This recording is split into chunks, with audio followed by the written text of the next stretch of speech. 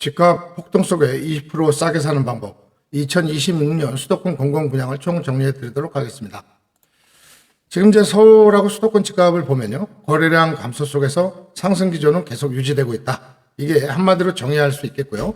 또 민간 분양 같은 경우에는 이제 분양가가 폭등할 가능성이 높습니다. 여러 가지 그 건설 비용이 올라가기 때문에 그렇고요. 물가라든가 이런 것들도 만만치 않습니다. 거기다 규제도 심한 편인데 그래도 정부 분양은 아직은 이거에 비하면 좀 저렴한 편이라고 할 수 있겠죠.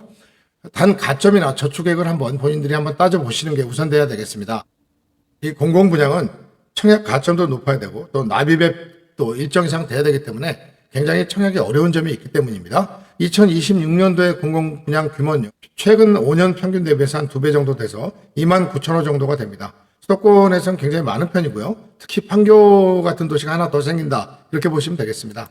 공공분양이 뭐 싼 이유는 분양가 상한제를 적용하기 때문인데 여기 이제 20% 저렴한 게 문제가 아니고 나중에 가격이 오르는 것까지 감안한다면 뭐 20% 수준이 아니라 뭐 많게는 2배까지 오른 지역도 있지 않습니까? 비규제 지역인 동탄, 남양주 왕숙, 고양 창릉 같은 데기 때문에 그렇습니다. 이제 첫 번째로 남양주 왕숙 지구인데요. 이건 3월 분양하고 1489가구입니다. 여기는 이미 조성된 다산이나 하남 같은 데 생활권을 공유할 수 있다는 장점이 있고 강남 접근성은 또 최상급이라 할 수 있겠습니다. 왜냐하면 GTX-B가 있고요. 지하철 고선 연장 얘기가 나오고 있습니다. 한마디로 말씀드리면 3기 신도시 중에서는 가장 안정된 곳이다, 이렇게 말씀드릴 수 있겠고요. 두 번째로 하는 곳은 화성 동탄 2도시입니다. 이미 검증된 동탄 2도시의 473가구인데 5월 분양입니다. 트램도 그 건설 예정에 있습니다. 특히 이 지역은 지난 11호 대책 이후에 풍선 효과가 나타나고 있는 지역이기도 합니다. 뭐 동탄은 이미 검증된 도시라서 더 이상 말씀드리지 않고요.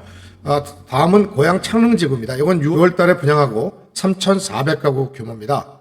서울하고 거리가 굉장히 가깝죠. 거기다 GTX-A라든가 또 6호선 서부선 연계 계획도 지금 추진 중입니다. 여기는 뭐 마포, 서대문, 은평을 대체할 수 있는 서울과 거의 같은 지역이라고 봐도 되겠고요.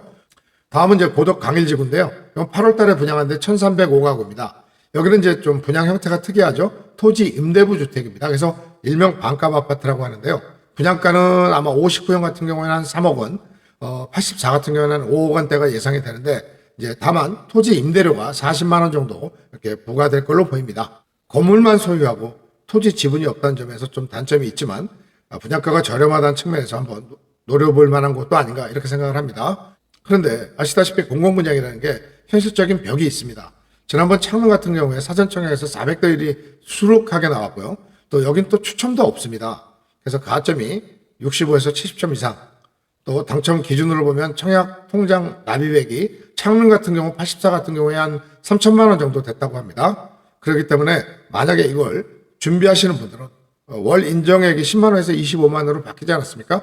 차곡차곡 넣어서 최소한도 10년 이상은 넣어야 당첨의 가능성이 있다, 이렇게 볼 수 있겠습니다. 게다가 이게 전체 물량은 또 아닙니다. 실제 본 청약에서 보면요, 사전 청약에서 했던 부분을 제외하고 하기 때문에 발표된 물량보다는 좀 적을 수 있다는 점도 참고하시기 바라고요.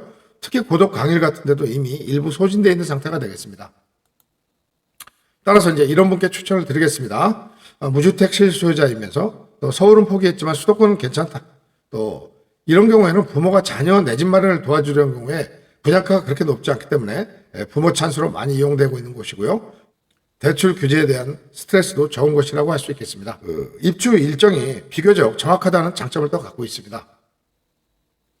따라서 같은 지역에서 20% 정도 싸게 구입하는 방법은 뭐 공공분양 말고 뭐가 있겠습니까? 당연히 공공분양을 우선해야겠지만 다만 청약이 어렵다고 판단되시는 분들은 다음과 같은 순위를 정해서 한번 도전해 보시라고 제가 준비를 해봤습니다. 일단 공공청약은 그래도 기본적으로 청약을 하셔야 됩니다. 이런 노력도 안 하고 어떻게 자기 집을 마련하시겠습니까? 그죠? 다음은 이제 민간 분양인데요. 이거는 정말 입지 분석을 철저하게 잘 하셔야 되고 자기 여건하고도 맞는 지역을 선정하는 게 중요하다고 할 수 있겠습니다. 만약 이것도 어렵다, 기존 주택을 고르신다면 반드시 서울 중심부터 밖으로 번져나가면서 집을 고르시길 부탁드립니다. 수도권 신도시 중에서 저평가되어 있거나 혹은 호재가 계속 발생된 지역을 골라내는 것도 여러분의 능력이라고 할 수 있겠습니다. 특히 젊은 층에는 제가 빌라 같은 재개발 장기 투자도 추천을 드린 바가 있습니다만 빌라 같은 경우는 지금 토지에 걸려있지 않기 때문에 전세 같은 걸 사시면서 투자를 해놓으시고 상당 기간을 기다리면 아파트를 받는 경우라고 한다면 보다 더 좋은 투자가 있겠습니까? 다만 재개발 투자 같은 경우에는 그 아파트를 받을 수 있는 조건이 되는지 안 되는지가 굉장히 좀 까다로운 부분이 있습니다. 그래서 반드시 전문가의 도움이 필요하다는 점도 다시 한번 알려드립니다. 결국 내 집 마련을 위한다면 다양한 방법을 찾아서 총력을 다해서 공부를 해야 됩니다. 가만히 있는데 뚝 떨어지지는 않거든요. 물론 이제 이번에 그 조건이 되신 분들은 2026년 공공분양에 한번 청약을 하시면 이건 뭐 어떻게 보면 정부가 열어준 마지막 저가 루트가 아니겠습니까? 그렇지만 만약 이런 청약 가점이라든가 이런 게 부족하시다면 민간 분양이라든가 또 저가 기존 주택을 매입하는 것도 반드시 동시에 병행해서 고려를 하셔야지 이쪽만 노리시다가는 나중에 굉장히 피해를 볼 수 있다는 점도 참고하시기 바랍니다. 앵그리 윤선생 부동산이었고요. 구독, 좋아요 눌러주시면 제게 큰 힘이 됩니다. 다음 시간에 찾아뵙겠습니다. 감사합니다.